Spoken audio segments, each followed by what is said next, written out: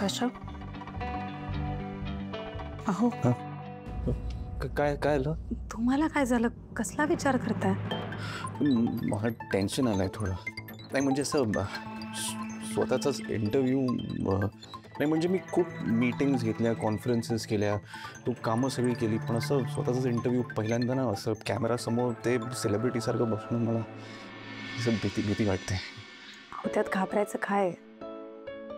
आपण जे काही काम केलंय ते फक्त जगासमोर मांडायचंय. पण आपल्या स्वतःच्याच तोंडाने असं वाटतं की आपणच स्वतःची स्तुती करतोय.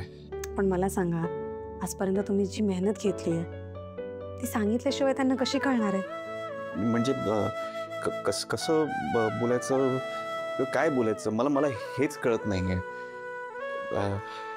बरं तुम्ही माझं ऐका, एक काम करा, मी ना तुम्हाला पेपरवर व्यवस्थित काय बोलायचं ते लिहून देते.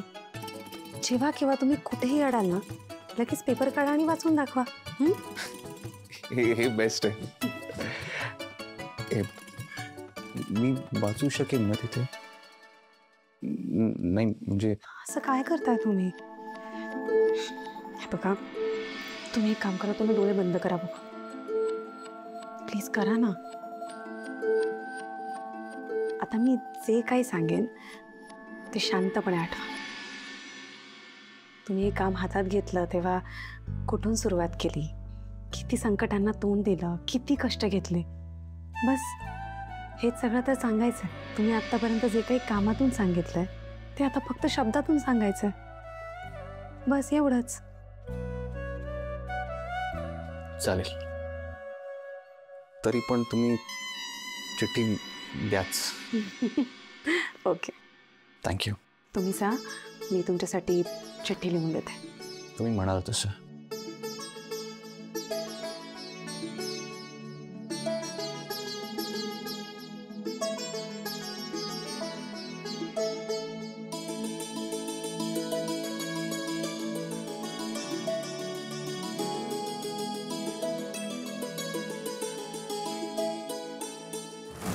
डन. तुम्ही म्हणालात तसं होईल. फक्त ते माझं रेकमेंडेशन.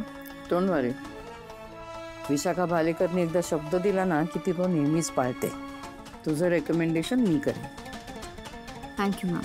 तुमचं काम झालंच म्हणून समजा. गुड.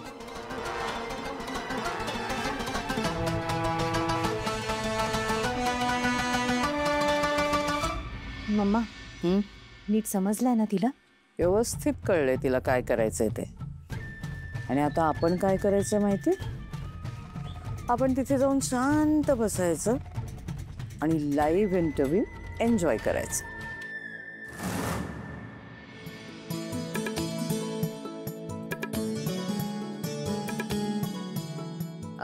सर आपण लाईव्ह असणार होता. ओ, मला वाटलं मध्ये मध्ये ब्रेक मिळेल.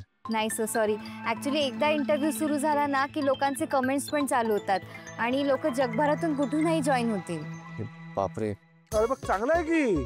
अरे आमचा आकाश बोलण्यात ऐकत नाही. बोलायला लागला की चार बोलतो एकदम. हो, आणि आकाश एक चांगलं होईल, त्यांना तुझा इंटरव्ह्यू आवडला ना तर आपल्याला परदेशातले क्लायंट मिळतील. दादा, यू गॉट दिस. छान बोलशील तू. येस.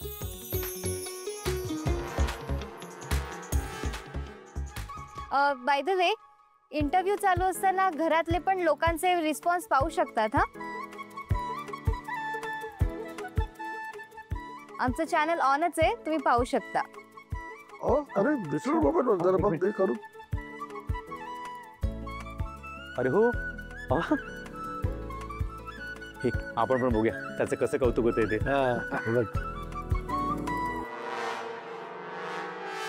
बाबा, वसुंधरा कुठे राहिलेत? वसुंधरा,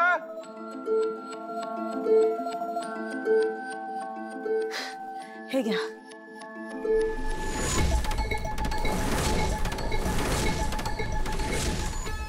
ऑल द बेस्ट.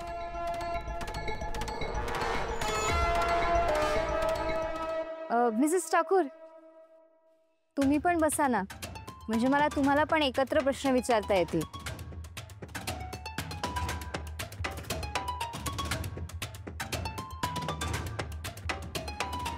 हिचं काय मध्ये मध्ये?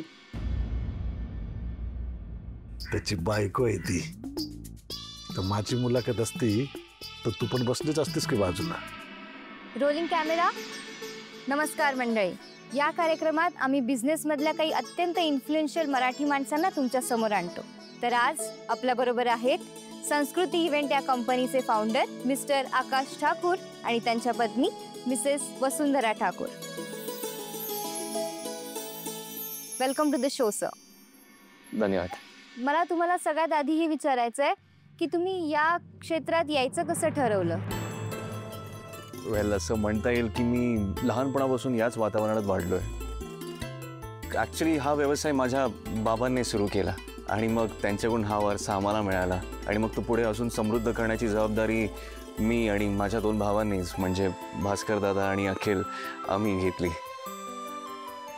मी कॉलेजमध्ये होतो ना तेव्हा संस्कृती इव्हेंट्स ही संकल्पना मला सुचली आणि मग सगळ्यांची मला साथ मिळाली आणि म्हणूनच इथपर्यंत पोचलो आहे. माझ्या संपूर्ण कुटुंबाने माझ्या स्वप्नासाठी स्वतःला वाहून घेतलं, खास करून माझ्या बायको.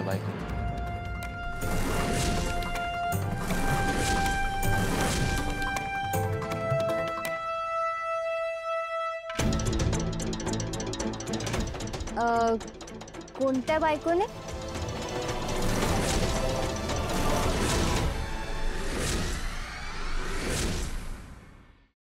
सॉरी?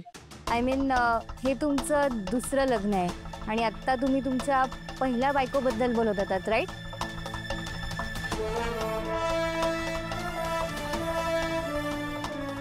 कारण त्यांनीच तर हा सगळा प्रवास बघितलाय ना. खरं तर मी आता वसुंधरांबद्दलच बोलत होतो, पण तुमचं बरोबर आहे. माझ्या यशामध्ये इरावतीचा सिंहाचा वाटा आहे आणि ते मी कधीच अमान्य करू शकत नाही.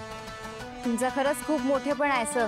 तुमच्या दुसऱ्या बायकोला वसुंधरा नाव आहे यांचं. वसुंधरांना तुम्ही इतका मान देताय, विशेषतः त्या कुप्रसिद्ध केस नंतर.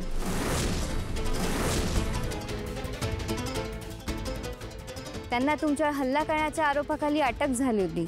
ते आरोप खोटे होते आणि कोर्टाने त्यांची निर्दोष सुटका केली, हे माहिती असेल तुम्हाला. ऑफकोर्स. पण त्या काळात अशाही अफवा उठत होत्या की वसुंधरा मॅमनी तुम्हाला फसवून तुमच्याशी लग्न केलं.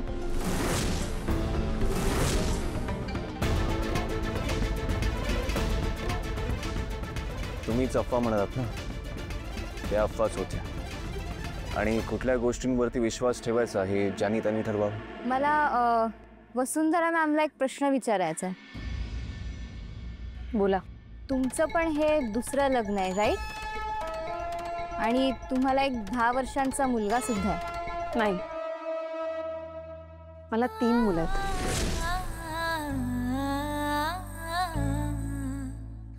माझ्या 2 मुली आहेत त्या 7 वर्षाच्या आहेत आणि माझा मुलगा 10 वर्षाचा. हो, मला तेच म्हणायचं होतं. पण तुमचा पहिला नवरा तुरुंगात आहे, राईट?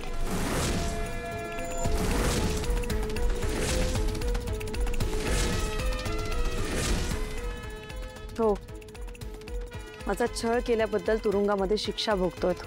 बाप रे, हा तर खूपच गंभीर आरोप आहे. मग तर आकाश सरांना तर सांभाळूनच राहायला पाहिजे, नाही का?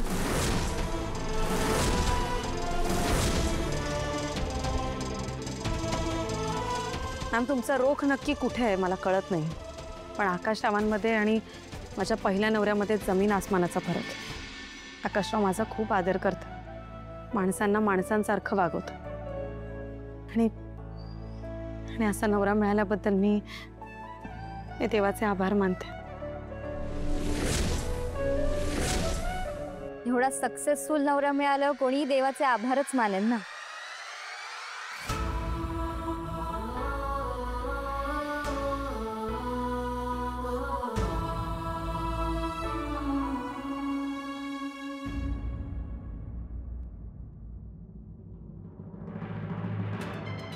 बघितलंस कसं वाबाडे निघतात ते.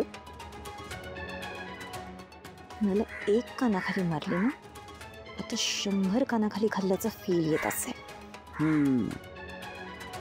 बघ काय होतंय पुढे ते बघूया. अरे काय विचित्र कमेंट्स यायला लागल्या. फालतूपणा आहे हा. त्यांचं लपड होतं काय काही का विचारतात. ही विचारण्याची गोष्ट आहे का? मी हा इंटरव्ह्यू थांबवू का? नाही नको बाबा, हे योग्य नाही वाटणार. आकाश करेल हँडल. मला वाटलंच होतं हे असं काहीतरी होणार. नेहमी या वसुंधरेमुळे आकाशला खाली मन घालावी लागते. एनिवे, पुढच्या प्रश्नाकडे वळूयात. आकाश सर, तुमच्या दुसऱ्या लग्नामध्ये एवढा कॉन्ट्रोवर्सीज झाल्यात, त्याचा बिझनेसच्या रेप्युटेशनवरती परिणाम तर झालाच असेल ना. तरी तुम्ही वसुंधरा मॅमना तुमच्या पहिल्या बायकोपेक्षा जास्त क्रेडिट देता.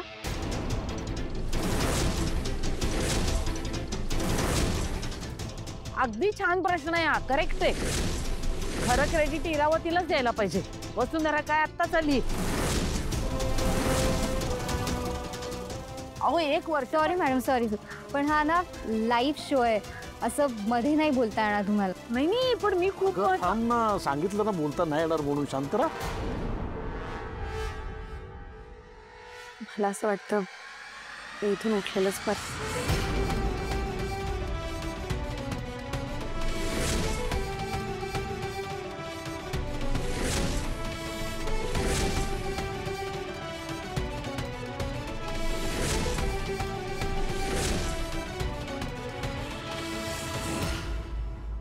मला खरं तर तुमच्या सगळ्या प्रश्नांची खूप कमाल वाटते, पण मी तरी पण उत्तर देईन. जसं मी मगाशी म्हणालो, मी इरावतीचं क्रेडिट अमान्य करूच शकत नाही, पण त्यामुळे वसुंधरांचं क्रेडिट कमी का होईल? नाही म्हणजे ही कुठली स्पर्धा तर नाही आहे ना. वसुंधरा ही माझी दुसरी बायको जरी असली, याचा अर्थ हे नाही की ती कुठे कमी पडते. आणि मुळात माझी दुसरी बायको ही माझ्या पहिल्या बायकोची प्रॉक्सी नाही आहे. जशी माझी पहिली बायको खरी उतरली ना, तशीच वसुंधरा माझी दुसरी बायको असून सुद्धा प्रत्येक कसोटीवरती खरी उतरली. एक आई म्हणून, एक सून म्हणून, एक बायको म्हणून प्रत्येक बाजूने सक्षम आहे. ती माझ्या कुटुंबाला जपते, माझ्या मुलांना जपते, मला जपते. अचानक जेव्हा इरावती मला सोडून गेली ना, तेव्हा अनेक वर्ष मी डिप्रेशनमध्ये होतो. जगाला एक धडाडीने काम करणारा बिझनेसमॅन दिसत असेल, पण आतल्या आत मी किती स्ट्रगल करत होतो ना, हे माझं मला माहिती आहे. माझी दुसरी बायको जरी असली ना, तरी मला खऱ्या अर्थाने त्या नैराश्यातून बाहेर काढणारी वसुंधराच होती.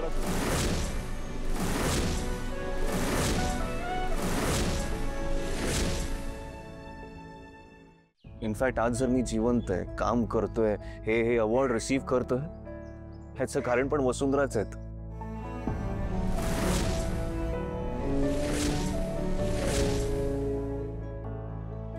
माझं थांबलेलं आयुष्य त्यांनी परत रुळावर आणलंय. मला परत जगायला शिकवलंय. स्वतः प्रचंड कष्टातून गेलेले असताना पण त्यांनी माझं आणि मुलांचं आयुष्य आनंदाने भरून टाकलं. स्वतःला विसरून कुटुंबासाठी जगणं काय असतं ना, हे आपण वसुंधरांकडून शिकलं पाहिजे.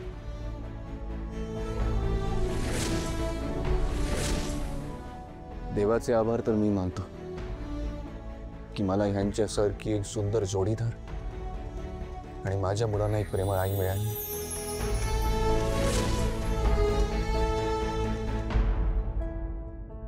बाबा बघा, चांगले कमेंट्स यायला लागलेत. हो, सुंदर उत्तर.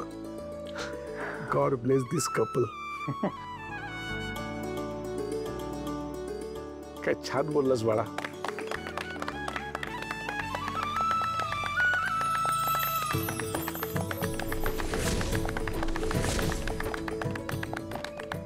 वा सर, ब्रिलियंट उत्तर. खरंच तुम्ही दोघं खूप इन्स्पिरेशनल कपल आहात. म्हणूनच तर मी असे मुद्दाम प्रश्न विचारलेत ना, नाहीतर लोकांना प्रेरणा कशी मिळाली असती. खरं समाज दुसऱ्या लग्नाकडे खूप चुकीच्या नजरेने बघतो, पण आज तुम्ही तो लोकांचा दृष्टिकोनच बदलून टाकलाय. थँक्यू. मला माझ्या मुलाचा आणि सुनेचा खूप अभिमान वाटतो.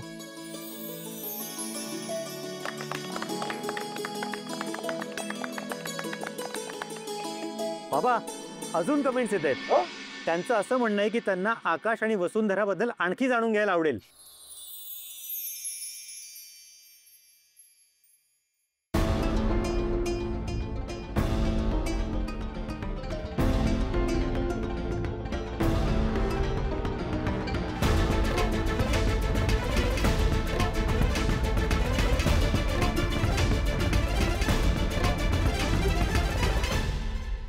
बोल बोल बोल.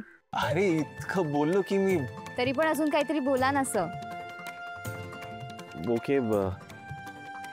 वसुंधरा माझ्या कुटुंबाची, मुलांची माझी खूप प्रेमाने काळजी घेते. मी किती दमलेलो असलो ना तरी त्यांच्या हातचा एक कप चहा प्यायलो ना माझा सगळा थकवा दूर होऊन जातो.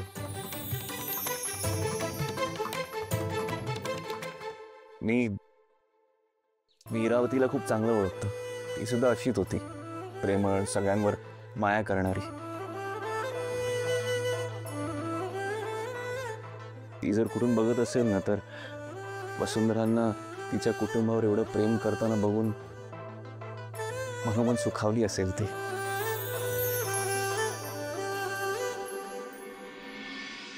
तर मित्रांनो, हे आहेत मिस्टर अँड मिसेस ठाकूर. तुमचं प्रेम असंच कमेंट करून त्यांच्यापर्यंत पोहोचवा. तोपर्यंत घेऊयात एक छोटासा ब्रेक. Thank you ma'am. सॉरी, तुम्हाला माझ्या बोलण्याचा राग आला असेल तर. नाही नाही, इट्स ओके. बरं, आता सरांचे सोलो बाईट्स होतील, सो तुम्ही मोकळे आहात. दरम्यान तुमच्या हातचा चहा टेस्ट करायला नक्की आवडेल. आणते, आलेच.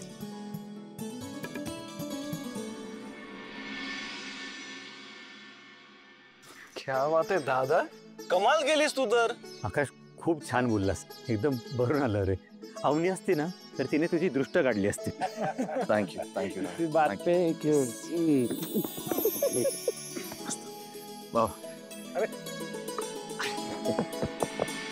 जयू, कसं सहन करतेस तू एवढं सगळं? हा, हाय बाय बाई, खरंच ग माझा विश्वासच बसत नाही जयू. अगं इंटरव्ह्यू मध्ये आकाश तुझ्याबद्दल एक शब्द बोलला नाही. छे छे, बायकोच्या प्रेमात तो इतका बुडालाय ना की आईलाच विसरला. कमाल आहे बाई खरंच. जयू, मानलं आम्ही, तुझ्या पेशन्सला मानलं. तुझ्या जागी मी असते ना तर एक कानाखाली ठेवून दिली असते त्या वसुंधराच्या. नाही नाही, मला माहिती आहे हिंसा वगैरे वाईट. अगं पण सहनशक्तीला काही लिमिट आहे का नाही? अगं हे तर काहीच नाही मम्मा. ती वसुंधरा सतत मनमानी करत असते. हो हो, आणि तिच्या दृष्टीने आईंच्या शब्दाला तर काही किंमतच नाहीये. काय सांगतेस तू? बघितलं ना आकाशच्या त्याला किती मॅनिप्युलेट करते.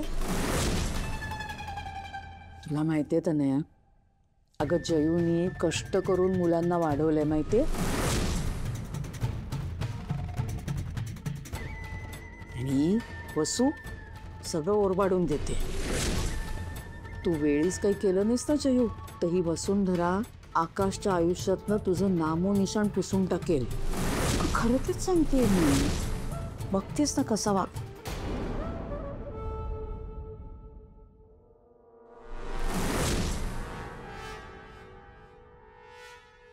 बघितलंस का जयू, तुझ्या सोन्याचा तोरा बघितलंस? तुझ्याकडे डोंकून सुद्धा बघितलं नाही तिने. आता काय अख्खं जग तिच्या बाजूने असेल. नाही, तुम्हाला सांगते, आकाशच्या आता नसताना तुम्हाला कामं पण करायला लागेल. काय भरोसा आहे? जयू, तू सांभाळून राहा, नाही तर ही ना सगळं ओरबाडून घेईल आणि आकाश निघून जाईल तुझ्या आयुष्यात.